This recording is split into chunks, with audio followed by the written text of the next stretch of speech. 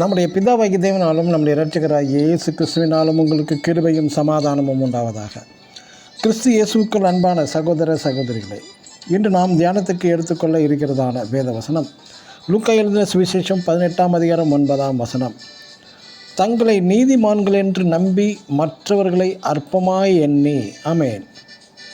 தன்னை ஒரு நீதிமானாக கருதிய பரிசேயனை குறித்து சற்று நாம் இங்கு தியானிக்க இருக்கிறோம். இந்த பரிசேயன் யார் என்றால் ஒரு நல்ல ஆன்மீகவாதிதான். உலக பார்வையில் அனைத்து மக்களாலும் நன்மதிப்பு பெற்றவன்தான். யூத சட்டத்திட்டங்களை நன்றாக அறிந்து அதிலே சிறிதும் தவறாமல் நடந்தவன்தான். விபச்சாரம், வேசித்தனம் அது எல்லாவற்றுக்கும் விலகி நடந்தவன். தவறாமல் காணிக்கை செலுத்துவான். வாரம் 2 முறை உபவாசிப்பவன். மக்களின் பார்வையில் உண்மையிலே நீதிமான் தான் இவன், அதில் சந்தேகமே இல்லை. ஆனால் தேவனுடைய பார்வையில் நீதிமான்களாக்க விடாமல் தடுத்தது எது?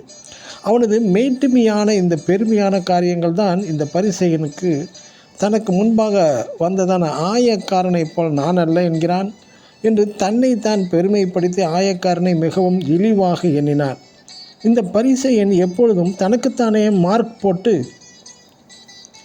நல்ல மதிப்பெண்களை போட்டுக்கொள்வான் அவனே தனக்குள். ஆனால் உண்மையான தேவ பார்வையில் நான் யார் என்று எண்ணவில்லை. நாங்கள் தவறே செய்ய மாட்டோம், நான் மிகவும் பயபக்தியுடைய ஆன்மீகவாதி என்பான்.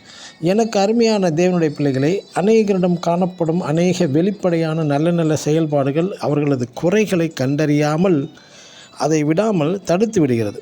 சிலர் நன்றாக ஊழியம் செய்வார்கள், ஆவிக்குரிய அனைத்து சபை ஒழுங்குகளிலும் ஈடுபடுவார்கள், சபை கூடுதல் காணிக்கைகளிலும் சிறிதும் தவறுவதே கிடையாது.